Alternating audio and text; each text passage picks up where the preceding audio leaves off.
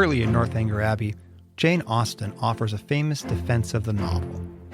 After reflecting on the criticisms endured by women who read and write novels, she makes clear, "Let us not desert one another. We are an injured body. Although our productions have afforded more extensive and unaffected pleasure than those of any other literary corporation in the world, no species of composition has been so much decried. From pride, ignorance, or fashion, our foes are almost as many as our readers."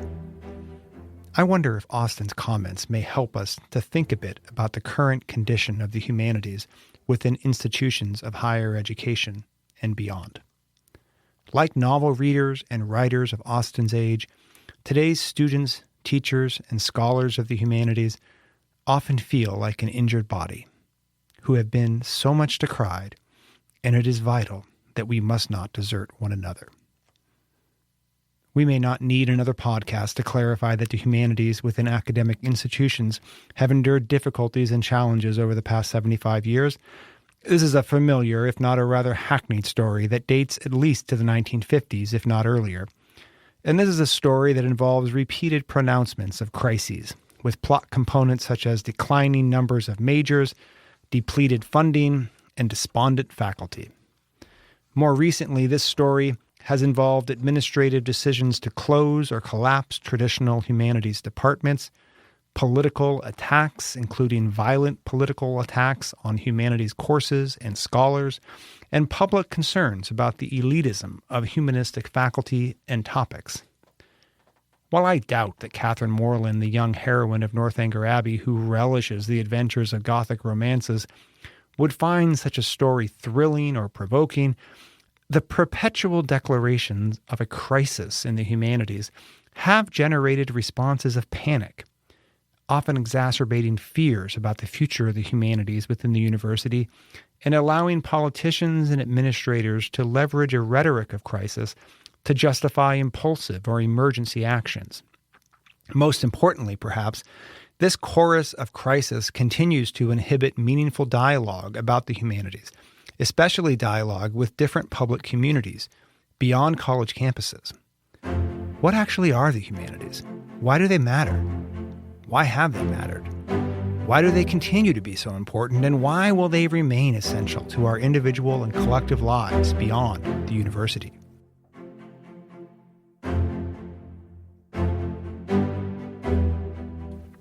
My name is Michael Cramp, and I'm a faculty member in the English department at Lehigh University in Bethlehem, Pennsylvania. And ever since I read Jane Austen at age 18, I have been pretty much enamored of her narratives, her characters, and her ideas. While many are repeatedly drawn to Austen for her famous stories of romance or the quaint settings of her fiction or her wonderfully witty language, I have found myself returning to Austen as both a scholar and a fan because of the ways in which she treats cultures, people, families, communities, relationships, and other human phenomena as complex realities that merit and in turn invite careful, considered, and continual thinking. Austen invites us to keep thinking and keep learning. Near the end of Austen's defense of the novel, she adopts the voice of a young novel reader. "Oh, it is only a novel," replies the young lady, while she lays down her book with affected indifference or momentary shame.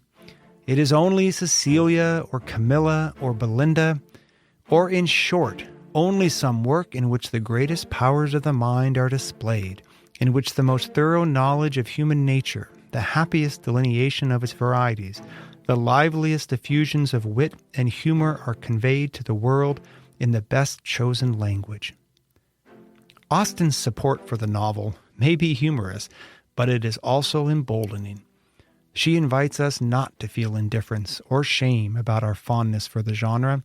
She refuses to denigrate novels, novel writers, and especially novel readers who enjoy engaging works that display the greatest powers of the mind. This podcast, Jane Austen and the Future of the Humanities, is a deliberate, perhaps shameless attempt to learn from Jane Austen and leverage her stories, ideas, and long-standing cultural appeal to discuss the importance of the humanities, another arena in which I believe some of the greatest powers of the mind may reside. I believe that academic scholars of the humanities have struggled mightily to tell an effective story about the value of the humanities to different audiences, and I believe that Austin can help us. I believe we can make use of Austin's famous narratives to tell more effective stories to more people. Austin is a distinct cultural figure who is at once widely popular, vastly respected, and remarkably versatile. And her versatility enhances her ability to speak to various communities, both on and off campus. But more on that topic later. Let's return to the state of the humanities for now, without shame or indifference, and try to figure out what's happening with these ongoing crises. I graduated from Marquette University in 1995 and immediately began my career in academia, entering a graduate program in English at Washington State University. Please pardon my brief nostalgia, but during my time at Marquette, I do not remember a single person cautioning me or even mildly questioning my decision to study the humanities. Not my friends, not my family, not my professors and other disciplines. In the early 1990s, and admittedly I have no evidence but my own fond memories to support this, Marquette was filled with students studying English, modern languages, history, philosophy, and plenty of these students went on to study law and medicine and finance, and each and every one of these students with whom I have kept in contact has gone on to live successful, happy lives. I think as soon as I went to graduate school at Washington State, I noticed a different situation. At a large land-grant university, the humanities were something of an afterthought, present but seemingly experiencing a perpetual inferiority complex that affected the faculty, students, and most assuredly me. In the 30 years that I have been working in higher education, the narratives about the humanities have become at once more dire and more hackneyed. Within higher education, the humanities, so it seems, are in perpetual danger and unending crisis, and this has fueled what I have experienced, or at least now come to describe, as a three-part story that many humanities faculty and staff within the U.S.-based institutions share. The first plot component of this story is a sense of pervasive sadness or remorse, a sadness that ideas and traditions we once experienced or valued are experienced and valued no more, or at least experienced and valued no more in the way we remember or believe they ought to be. As an integral part of my work on this podcast, I've spoken with various colleagues, including prominent leaders and activists within the humanities. We have discussed the current condition of the humanities, including the very notion of a crisis of the humanities, the enduring importance of the humanities, and the present and future impact of the humanities within our lives. We have also addressed how best to define the very idea of the humanities, especially for different public audiences. When I spoke to Dr. Stephanie Schoeniken, Dean of the College of Arts and Humanities at the University of Maryland, she spoke to this tendency amongst humanities scholars in U.S.-based institutions to express sadness and complaint. I think as humanists in the academy, we have spent way too much time lamenting on our erosion in the public eye or in the public sphere or in the political sphere. And we've spent way too much time thinking and talking about how we're not getting as much attention. This sadness, remorse, and sense of lament has fostered a degree of mourning and the dangers of nostalgia, leading to our second plot component of this recurrent tale. Bitterness, anger, and despondency from humanities colleagues and students alike. A hopelessness that often manifests as public frustration, private regret, and inevitable withdrawal, including withdrawal from ongoing public conversations about the value and purpose of the humanities, both on and off campus. When I spoke with Dr. Robert Townsend of the American Academy of Arts and Sciences and co-PI of the Humanities Indicators Project, he spoke about both this frustration and the very different experience of academic humanists and colleagues engaged in the humanities with public organizations like museums and libraries. I started going to the National Humanities Conference about 7-8 years ago, And one of the things I found most striking was that, it started as the annual meeting of the Federation of State Humanities Councils. So it's the people who are really on the ground delivering humanities programming to the public. And what increasingly became striking to me was just this disparity between the academics who were coming to the National Humanities Council, many of whom would spend a lot of time lamenting, and in sort of a state of despair about the state of things, especially as majors have dropped off. And then all these public humanities people were constantly just sort of thrilled about sort of how well they felt humanities was going over with their constituencies, with their audiences. The apparent critical conditions of the humanities within colleges and universities have promoted a sadness, bitterness, and a hopelessness that is all too often framed how my colleagues and I interact with our students and our colleagues, but also with public communities, including politicians. And such sadness, bitterness, and hopelessness has ultimately informed a third plot component of this narrative: an elitism, or an elitist stance.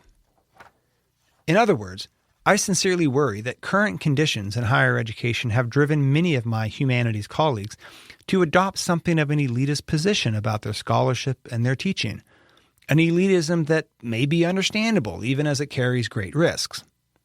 I have heard colleagues say such things as, "No one in the College of Business could appreciate my scholarship," or "Students in engineering are not good enough writers to pass my class," or "I'm too busy finishing this book to talk with you right now." This is a plot component with very dangerous consequences for the humanities and the future of higher education. As fewer and fewer students study the humanities, I recognize it is quite logical that my colleagues and I revert to preservationist strategies, doing whatever is necessary to secure the value of our scholarship, our methods, and our teaching for the students who remain interested in and engaged with the ideas, methods, and subject material we value. I also fear, however, that this preservationist strategy has ultimately augmented the crisis narratives surrounding the humanities. As we become fewer in number and cling to preservationist strategies and, at times, elitist logics about the value and importance of our work, the impact of the humanities within and beyond the walls of universities continues to diminish. In other words, crises ultimately breed crises. And as this perpetuates, colleagues, students, and their parents are simply looking elsewhere. And different public communities have picked up on both this crisis logic and this elitism associated with the humanities. Dr. Robert Townsend shared with me the findings of a nationwide study on public perceptions of the humanities, and while most of the results were quite positive, the one consistent critical finding was tied to this issue of elitism. We did this survey of the public about 2019, so just before the pandemic, and one of the things we found was we couldn't go directly to people and ask them about the humanities, and so we had to shape the survey in a way that walked them through a variety of engagements with different types of humanistic activity that we consider the humanities, and then lead them to a question where we would say, what we've just asked you about, people call the humanities, and so now we want to ask you some questions, which are often associated with, English, history, philosophy, the languages, and so now we want to ask you some questions. And when you structure it that way, and then you ask a series of questions like, do you think these things are valuable for education? We got very positive response, with the exception of one thing, which was the elitism question. Do you consider it to be elitist? It was the only thing where we got more than, and it was close to 50% of the public said they associated those things with elitism, and it was the one negative. Like they were very positive about all the, a wide variety of other aspects of the humanities, sort of broadly construed, but the elitism piece was the one piece that made them uncomfortable about us. The findings of the study from the American Academy of Arts and Sciences affirm two key data points. The public remains keenly interested in ideas or issues that we broadly define as the humanities, even if they do not use this term, and the public often associates such ideas as elitist. This pairing may invite us to reframe how we think about the very notion of a crisis of the humanities. There is no doubt, as I mentioned earlier, that the condition of the humanities in colleges and universities is critical. Declining majors, depleted funding, despondent faculty. But this narrative is also undoubtedly more complex as we consider the relationship between the academy and diverse public communities. When I asked my colleagues to speak about the supposed critical condition of the humanities, they, not coincidentally, also reframed the question. For example, when I asked Dr. Robert Newman, the longtime president of the National Humanities Center, to speak to this idea of a crisis in the humanities, he explained how this hackneyed term was really an indication of other kinds of crises. Well, I guess when people talk about the crisis in the humanities, I think they often mean something more or something else. So when we're talking about the crisis in the humanities, we're also talking about crisis in democracy. We're talking about crises in civil discourse. We're talking about crises in terms of solving problems of the day or major issues of the day. We're talking about crises in honesty, in transparency, in truth, in reason. So I think just saying crisis in the humanities signals all these other things that are very much, increasingly, it seems to me, on our minds these days. When I asked Dr. Heather Hewitt, a former program officer for higher education initiatives at the American Council of Learned Societies, to speak about the supposedly dire condition of the humanities, she immediately qualified my phrasing. I think the first thing that I might do is I might insert the adjective academic before humanities, because I understand your question to be about the academic humanities, and please correct me if I'm wrong. I would like to talk also about the humanities writ large, but I actually think the humanities writ large are doing great. We're really talking about the academic humanities, where we have a narrative which has some truth to it about a crisis or decline of student interest in the humanities. And that runs, that includes things like declining student majors in some places, although I will say not all. That's not the case everywhere. A lot of public mistrust and maybe misunderstanding of the value of studying the humanities. Dr. Hewitt's assertion that the humanities are actually doing great within our culture was striking to me. And she notes how this powerful story of supposed decline or demise has become something of an alternative reality that nonetheless has real and tangible impacts. If you look at the actual amount of funding, say, from the National Endowment of the Humanities compared to NSF, and even when you look at individual institutions, very often the humanities are what are underfunded compared to other kinds of schools and disciplines. Having said that, I actually think that narrative that the humanities or the academic humanities are in decline is itself part of the problem, because I think that it's the story that gets covered a lot in the media, and it becomes a kind of self-fulfilling prophecy. Dr. Hewitt's comments point to a key tension or even paradox that underlies the condition of the humanities. The public seems to engage and value the humanities, even if such appreciation does not translate to institutions of higher learning. Or, to put it another way, diverse public communities appear to understand that the humanities matter in their lives and have great value, but they may not believe that the university need be the epicenter for the humanities. Or, maybe even another way to rephrase this tension would be to say that different public communities clearly value features of the humanities, but do not necessarily believe that colleges and universities have some kind of ownership or authority over defining or distributing the humanities. So what has changed? What's gone wrong? How did the humanities arrive at this moment of tension? As I nostalgically recalled my own university experiences, mind you, with no evidence, I remembered how plenty of students studied the humanities without fear or anxieties.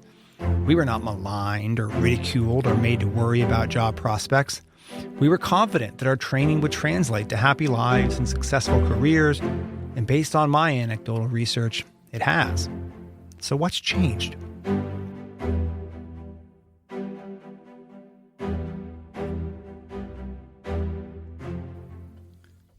I think we can point to at least 3 shifts or evolving issues, and likely many more, that have at once perpetuated a narrative of crisis surrounding the humanities and inhibited or limited the abilities of academics like me to communicate the value of the humanities to colleagues, students, their parents, and other public communities.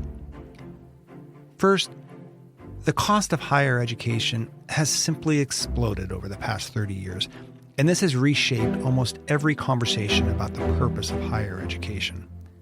While it is admittedly difficult to factor in all the variables, experts note that tuition at U.S.-based colleges and universities has jumped by at least 65% from 2000 to 2021, and this is a conservative estimate.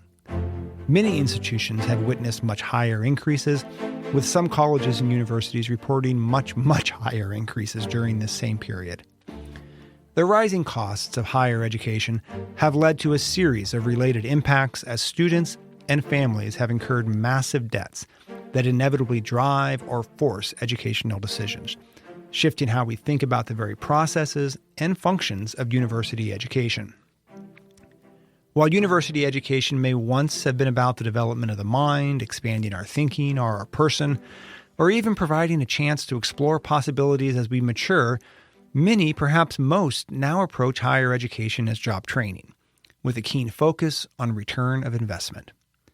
This emphasis on return on investment has, in turn, altered how universities, administrative leaders, and their faculty and staff understand their relationships with students and ultimately their parents. Are students enrolled in universities to learn, to study, to be challenged, to think anew, to engage with other students and scholars? Or are they consumers? Are they in university to study entrepreneurship, to build future networks? Are students now customers who have paid money for a service and who in turn deserve high-level customer service? I no longer think this question is easy to answer. The high costs of higher education have no doubt prompted students and their parents to seek out major fields of study that they perceive as high-earning disciplines: engineering, finance, the health sciences, as well as professionalized degrees in fields once closely tied to the humanities, such as journalism or design. We have created and elevated new fields, like the aforementioned entrepreneurship, and established professional degrees that link business with just about anything and everything: engineering, computer science, health, the arts.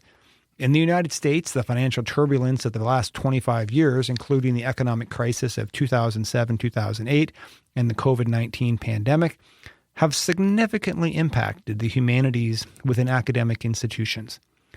Students have increasingly avoided traditional humanistic disciplines in favor of majors they associate with higher and more immediate earning potential. And they have made such decisions with little to no appreciation of, 1, what the humanities are or do at the university level, 2, the allure of the humanities degree to all kinds of employers, or 3, the enduring financial successes of humanities graduates.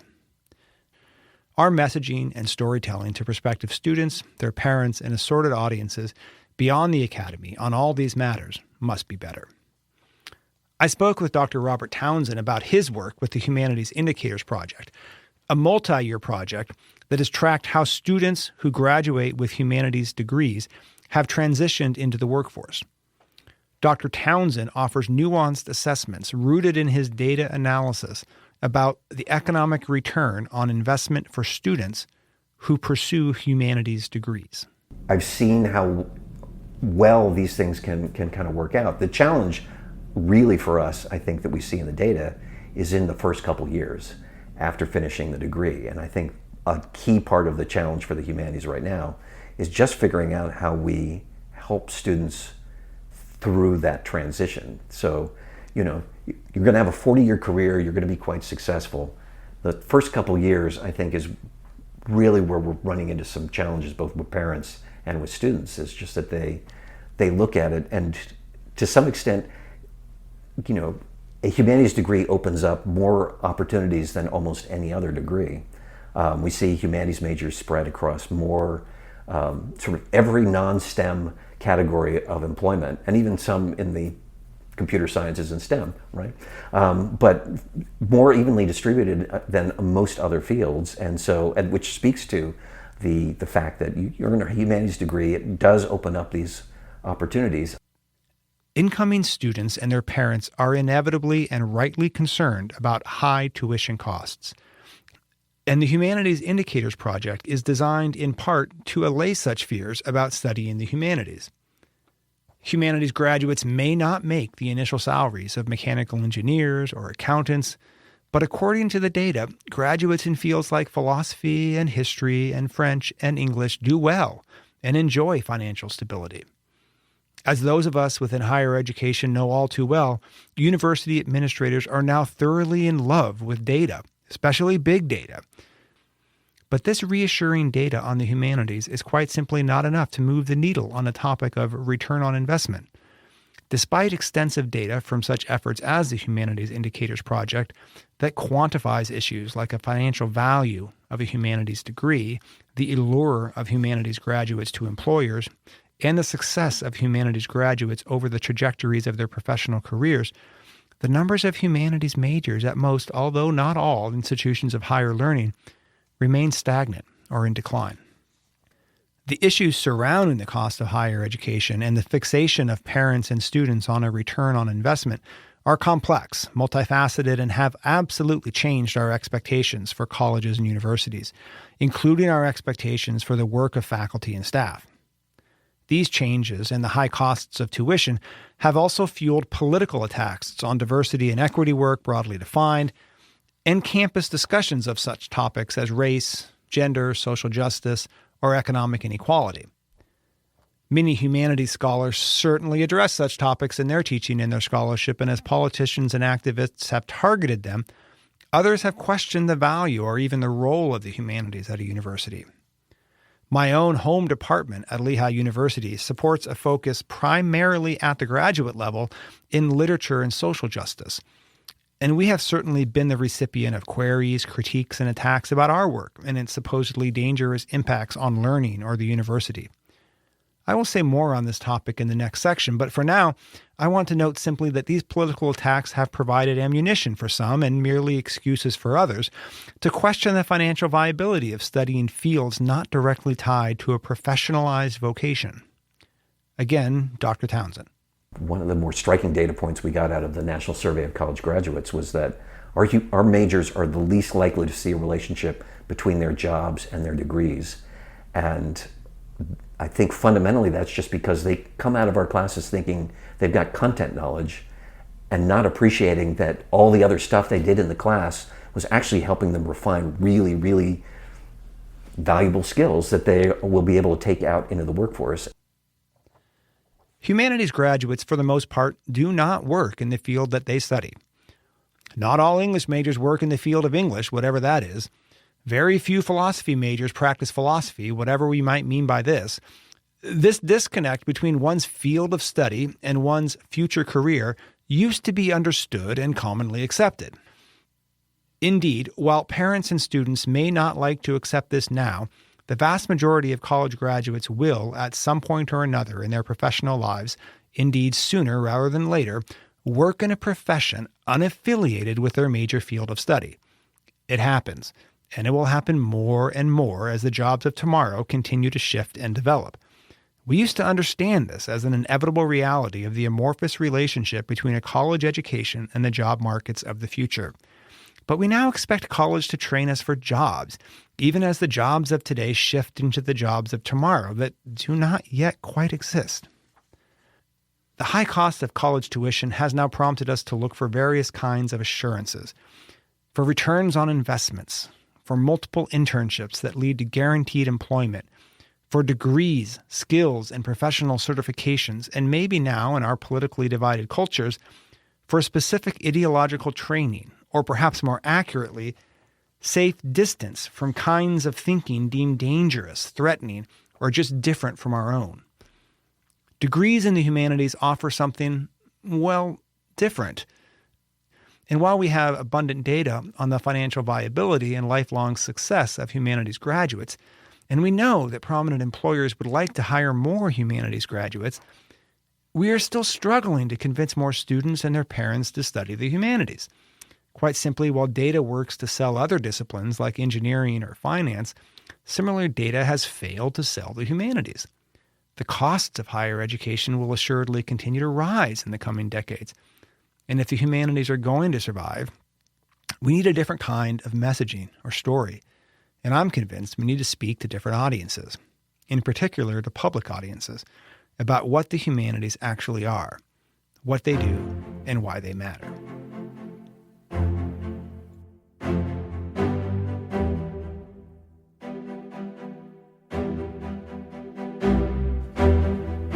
And this leads me to a second fundamental shift or issue that has detrimentally affected the place of the humanities within universities, and perhaps far more importantly, within diverse public communities. A prominent confusion about what the humanities actually are. I realize this may sound silly, especially coming from a supposed senior faculty member in the humanities, but I'm quite serious. Academic humanists have consistently struggled over the past 30 years or so to communicate what the humanities are, both in name and in practice. In other words, we struggle both to explain what we mean by the humanities, and then we struggle even more to explain the activities and importance of the humanities to other academics, administrators, and people outside the university, including politicians, prospective students, and their parents. And I think there are some good reasons for this, such as the historical origins and development of the humanities, their contemporary breadth or reach, and the role of the humanities in ongoing interdisciplinary studies that defy easy classification and often do not seem to fit nicely with professionalized studies tied to vocational training. So perhaps let's clarify here and now that when we say the humanities, we are talking about a set of academic disciplines such as philosophy, history, theology, English, language study, and art history. But even as we begin to offer such definition or detail such a list, many or most of my colleagues will correctly add qualifications rooted in both the historical origins of humanistic disciplines and the ongoing evolution of these fields. For example, we could easily note that some of these fields were once combined or at least closely integrated. We could, for example, consider the past and present of a discipline such as the classics.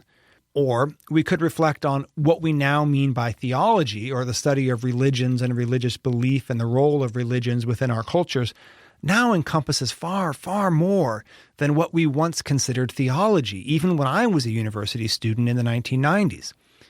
What we understand today as the discipline of English is not at all that old or established compared to disciplines such as rhetoric or the classics or the study of languages or history. All these fields have shifted, some quite significantly. Academic disciplines, like all forms of knowledge, mutate and change in response to cultural and political developments. And again, much of this evolution is tied to the affinity within humanistic fields for interdisciplinary connection and interdisciplinary collaboration. Dr. Newman specifically addresses the important place of the humanities within interdisciplinary studies. Well, I mean, I think the humanities have always been at the forefront of interdisciplinary studies also. I mean, the humanities have moved interdisciplinarity forward more so than any other area of study. And, you know, a vibrant university, in a vibrant university structure, disciplines will morph. They always have. And we have to allow them to morph. But, you know, universities, for all the accusations from right-wingers that they are bastions of neo-Marxism, universities are some of the most conservative institutions that we have in this country and abroad as well. And they are departments or projects or products rather of kind of archaic budgetary structures or personalities that maybe no longer exist within them. And it's hard to sort of get out of those dimensions. But I think some of the best work that I've seen being done, some of this creative work that's being done, is interdisciplinary work, and it often exists in centers and institutes, not in department structures, where people come together from different aspects of the university to work on problems or projects or whatever. Or centers like this one, where we try to build an intellectual community of people working in a variety of fields that are either, squarely in the humanities or kind of adjacent to them. This interdisciplinarity has led to tremendously important teaching, scholarship, and intellectual innovation. And this relationship between the humanities and interdisciplinarity has been generative, but also messy, confusing, and not always beneficial for institutional funding and support, especially when we try to explain what the humanities are, often in opposition to, or, let's be honest, in competition with other disciplines. Dr. Newman offered a helpful approach to this messiness when I spoke with him, but he first acknowledged that we have something of an issue expressing the core identity of the humanities. What constitutes a good life? How am I fulfilled in my career or in my life? How do I know the truth? How do I preserve democracy? How do we maintain civil discourse? There's things that most people are very, very concerned about. Are the underpinnings of those things are humanities questions and things that we explore through the humanities. However, most people do not understand that their origin is in the humanities, and that's part of our problem. I think part of our problem in the humanities is that we have no core identity. And that's how things have evolved, and in many ways it's purposeful. So what people think of when they think about the humanities typically, including students who are majoring in humanities fields, are a set of disciplines. I'm an English major, I'm a philosophy major, I'm a history major. When I was Dean of Humanities, most of our students didn't realize they were graduating from a college of humanities. They realized they were graduating from a particular department. Dr. Newman, of course, recognizes that we could point to a series of disciplines that we traditionally associate with the humanities, but he also indicated that these disciplinary boundaries do not mean much to people outside of the university. Instead, he recommended that we foreground storytelling and speak about two methods integral to the humanities. One, interrogation, and two, bridging. I like to think of the humanities having sort of two essential methodologies, one of which is interrogation. We're always asking, how can we do things better, or how can we do things differently, or what's lacking in this kind of status quo. So interrogation, questioning, is so fundamental to all methodologies behind the humanities. The other is bridging. So what we do in the humanities often is connect things that were previously disparate, that were previously unconnected. We find creative ways of making those connections. And I think those two kind of fundamental methodologies aid us substantially in solving problems. I quite like Dr. Newman's explanation of these humanistic methods for a few reasons. First, I think these methods make sense to people outside the university, including prospective students and their parents. When we study the humanities, we learn to ask questions, challenging questions that have not yet been asked, and often questions that many might be hesitant to ask. And when we study the humanities, we learn to knit together questions, ideas, issues, and possibilities. We learn how both problems and solutions are related rather than isolated phenomena. A few years ago, I was working on a project with a chemical and biomolecular engineer who made a fascinating observation that still resonates with me. While we were working to finalize a grant proposal on community-based hydrogen fuel cells, he explained to me how engineers were tremendously good at isolating and solving a single problem. And he then quickly added that they were rather poor at recognizing how the solution they identified might neglect 5 or 6 related problems, or create 3 additional problems, or perhaps even ignore 3 additional solutions.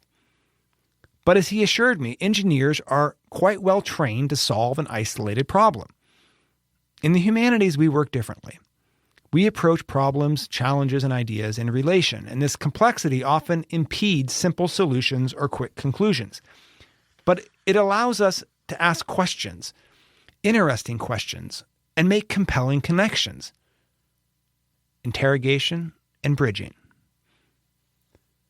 Part of academic humanists' struggle to explain the humanities to colleagues outside of humanistic disciplines and within public communities beyond the university has been this complexity inherent in our disciplinary methods. We don't solve problems simply.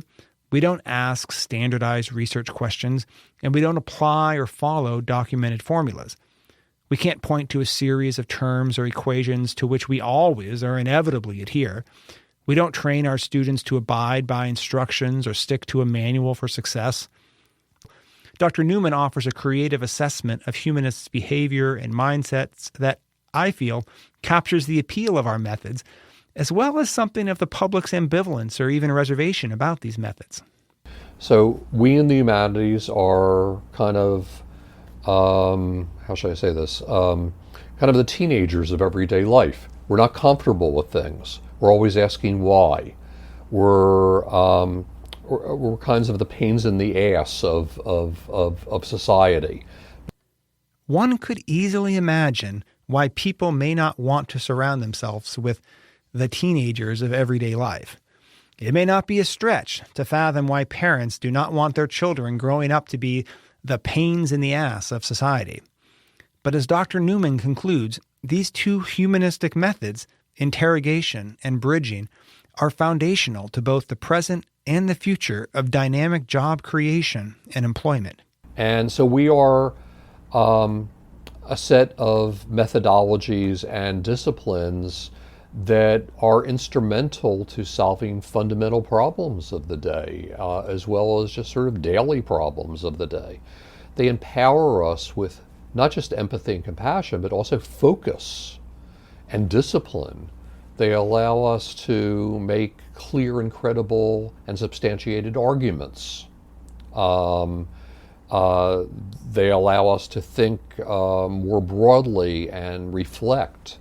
They teach us to listen carefully and to study things through close reading, to concentrate. And, you know, I can't think of any more fundamental skill sets for job creation. And so when I was the dean at University of Utah, I used to go around to the major employers of many of our undergraduates and ask them, what do you see that's lacking in the entry-level people that you're getting? What are the major things that they're lacking that you're inheriting? And they would almost always say communication skills, writing skills. They would say, you know, the technical stuff we can teach them on the job, but the ability to communicate well, to write well, and also the ability to think outside of a box and to be creative and to connect things that would not normally be connected, to think of new things creatively, that's what we need more of. And that's what we do in the humanities. So, if the humanities do these great things, and if they are so vital to present and future employers, it would seem rather essential that we figure out effective strategies for talking about them. We are again back to those questions. What are the humanities? What do they do? And why do they matter? Dr. Stephanie Schoeniken echoed such an importance and emphasized the global condition of the humanities. So when I think about the humanities being in the shadows, being pushed into the shadows in the United States, it's something that makes me really feel alarmed and a little sad, because the rest of the world kind of looked towards the United States as a place that really valued history, really valued culture, how people have evolved and lived, and to see that being kind of peeled away is alarming. So as countries take on structures of the IMF or the World Bank take those loans and so on, how are the humanities engaged in thinking about, if we take this loan from the IMF, aka the United States, right? How will that affect these different small ethnic groups across West Africa? What has their history been with imperialism and with colonialism? How do we communicate the effect of the loan on the people in this village? That's language, that's philosophy, those are ethics, that's history, that's the humanities. And if we don't engage the humanities in those conversations, then we are setting up communities across the world. As Dean Shonekin makes clear, this is not an issue isolated to U.S.-based institutions of higher learning, or even an issue isolated to education. To address the global plight of the humanities, according to Dean Shonekin, we must improve our storytelling on and about the value of the humanities. We need to do a better job as humanists to tell the story of what the humanities are and why they're important. And that's on us. That's not on Congress, that's not on politicians, or even on my colleagues who are deans in other parts of the campus. That's our job. We seem to have arrived at some general consensus that 1, the humanities really matter, and 2, we need to improve and likely alter our strategies for how we tell stories about the humanities. But while we may have identified a key problem to solve, we may also have unearthed another problem. Very few people outside of academic institutions actually understand or even use the term the humanities. In other words, prior to arriving at colleges and universities, students do not study the humanities. They take courses in Spanish and history and English and French, study religion, but quite often through a doctrinal lens, and maybe encounter a one-off class in philosophy. But they rarely recognize such classes as a unified field understood as the humanities. And they certainly do not group them together in the ways in which we now group together the natural sciences or STEM fields.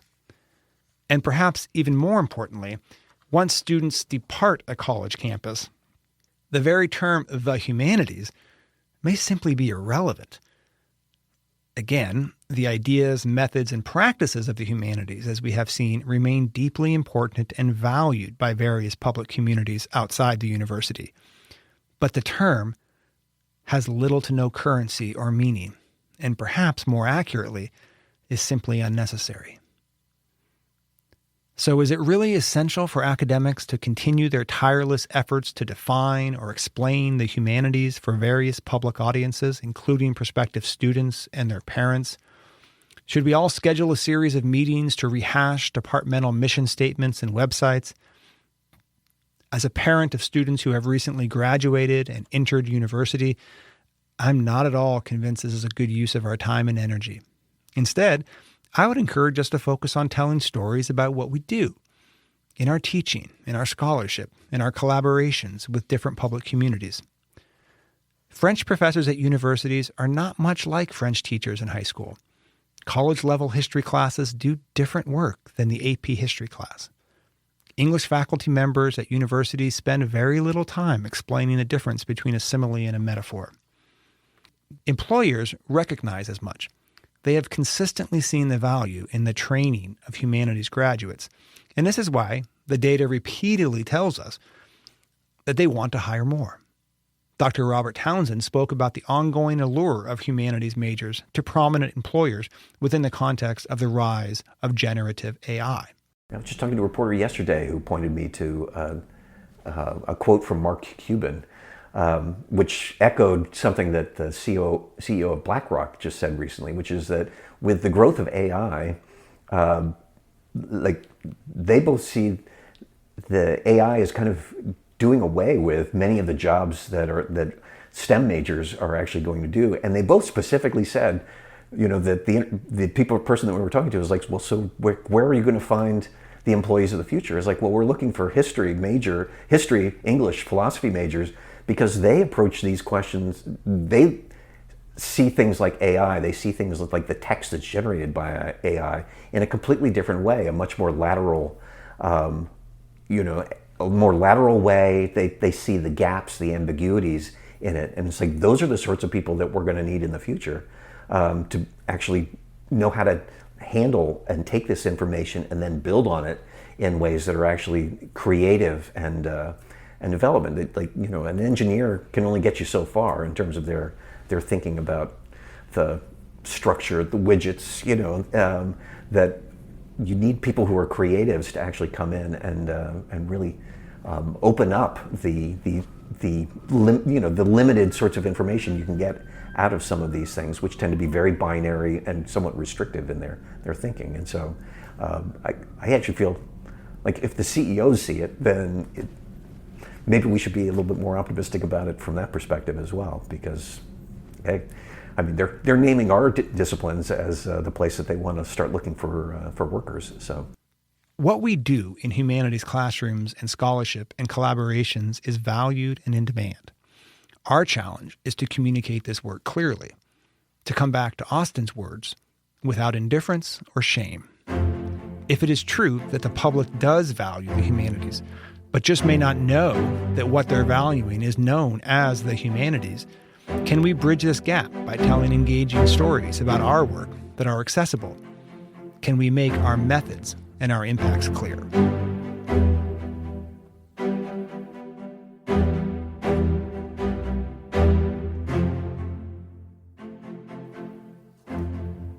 This is, I believe, the basis for a third challenge or shift within higher education that has deeply and detrimentally affected the humanities. The insistence to chart, quantify, and assess outcomes, at times dubbed impacts. Administrators, politicians, and now parents want to know what your class, your program of study, your research, your collaboration, your mindset produces. What's the outcome? Where's the internship? What's the impact? When I went to school in the 1990s, I don't remember anyone completing an internship or speaking about outcomes. This shift over the past 30 years has been extremely challenging for the humanities. My colleagues and I, admittedly, for the most part, are not terribly fond of having to assess the outcomes or impacts of our work. We much prefer to think of the outcomes of teaching and research as ongoing, rather difficult to quantify or sometimes even qualify, and not easily categorized into neat tables and charts. The humanities enrich our minds with the capacity to embrace ambiguity and complexity, enhance our problem-solving skills, and strengthen our abilities to relate to others, especially those who are fundamentally different from us, helping us to empathize and communicate across differences and collaborate effectively. And by way of reminder, employers love those skills. Perhaps it starts to sound increasingly clear why various employers want to hire more humanities majors.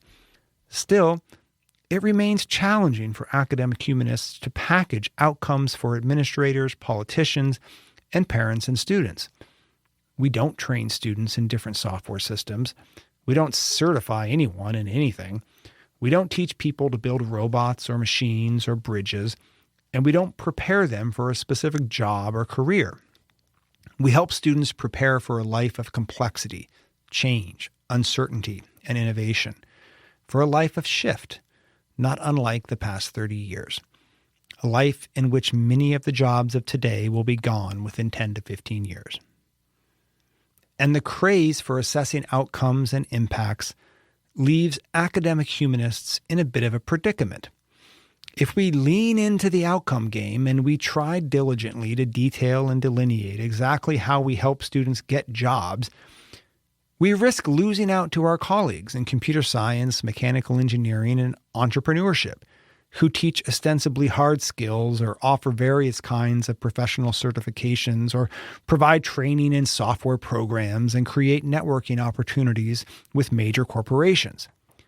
If instead we lean into the less quantifiable and less qualifiable benefits of the humanities, problem solving, communication, collaboration, We fail to impress administrators and politicians who make funding decisions, and we really fail to impress parents and prospective students who face mammoth tuition prices and daunting student loan bills, and who will soon make important decisions about college.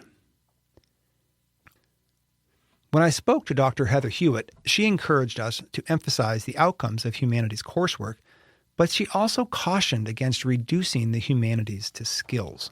I do not think we should reduce the humanities to skills at all. I think that there's much more that the humanities have to offer, right?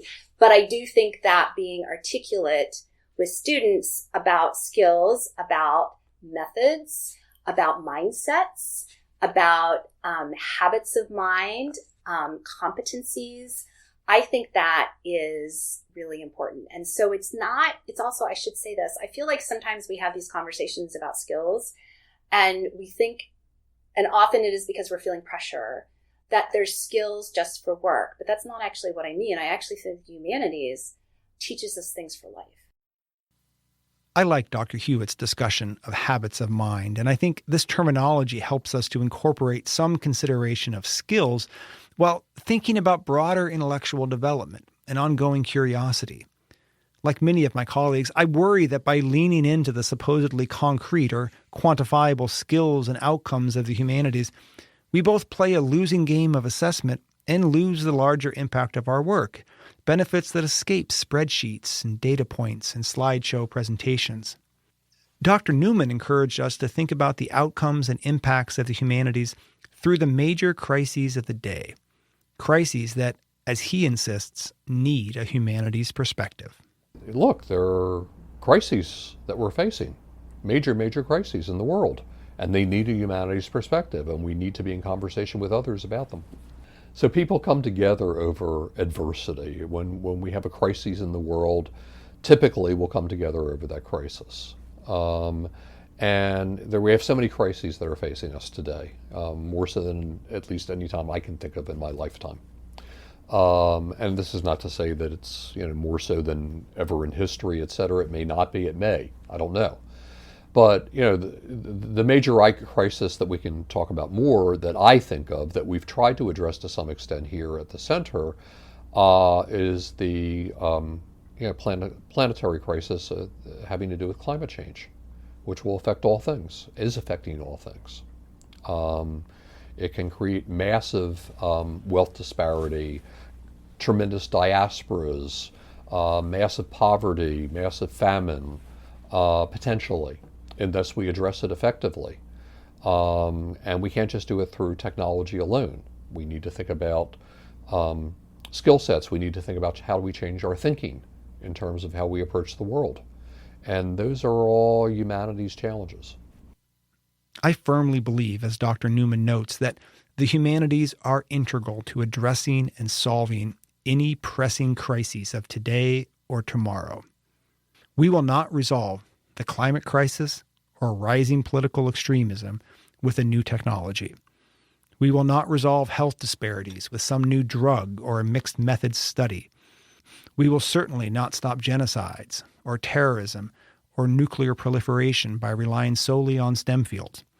Accountants will not bring an end to the pressing issues of food and water scarcity. The outcomes and impacts of the humanities are at once so very difficult to assess and so very vital. As Dr. Newman told us, we interrogate and we bridge. As Dean Schoenigan makes clear, the humanities hold global importance. If we are to meaningfully address any of the major crises of today and tomorrow, we will need to ask new and challenging questions and knit together such questions, answers, ideas, and possibilities. We will need the humanities to remain integral to our intellectual development and integral to our lives. At this point, I'm not at all interested in suggesting that my colleagues and I in the humanities advance the greatest powers of the mind that Jane Austen shamelessly associates with the novel. In all seriousness, I worry that such claims might only exacerbate the claims of elitism often associated with the humanities, or invite additional extremist political attacks. Again, to borrow Austen's language, academic humanists have no doubt become an injured body. And from pride, ignorance, or fashion, our foes are as many as our readers. The humanities face undeniable challenges, and maybe even a foe or two who acts out of pride, ignorance, or fashion, whose actions in state houses and boardrooms have detrimentally affected us. But as I hope has become clear throughout this episode, the ideas, values, and methods of the humanities remain deeply valued, even if we don't always associate them with the humanities. In the spirit of full disclosure, I have never heard university administrators denigrate the value or work of the humanities. I would like to believe that every administrator with whom I have worked sincerely values the humanities, but I'm not always convinced they understand what we do.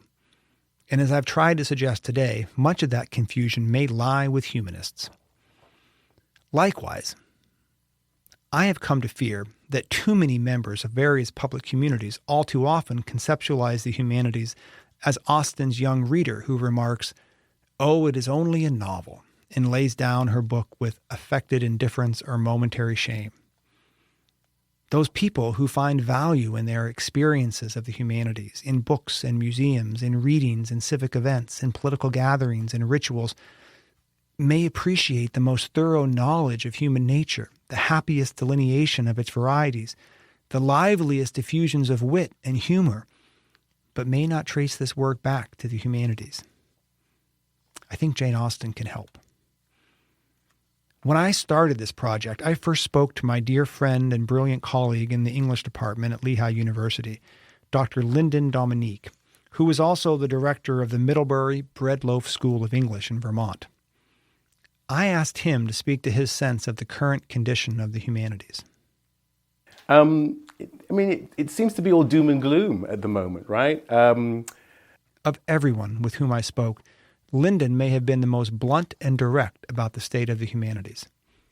As a practicing academic and dedicated teacher, he has experienced firsthand the dire conditions of the humanities. And when I asked him about a path forward, he was equally direct.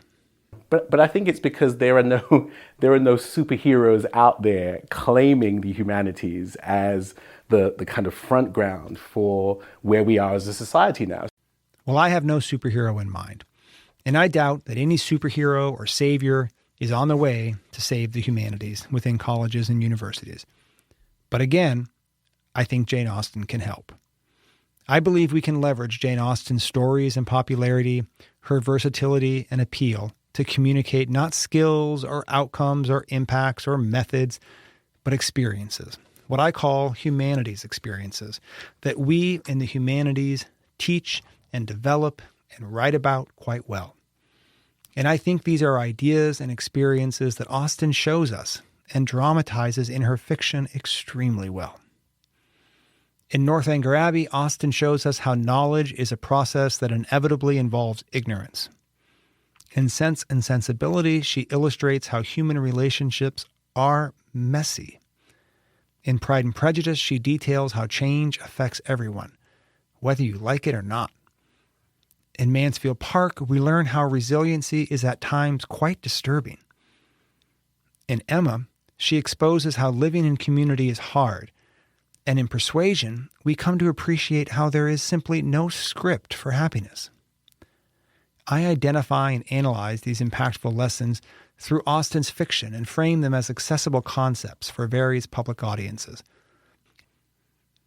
Again, I don't present these as skills or outcomes or methods, but I think these experiences stay with us, inflecting and informing how we progress through jobs and relationships, challenges and changes, chaos and turbulence, allowing us to adapt to different situations and cultures, developing new strategies and new modes of thinking.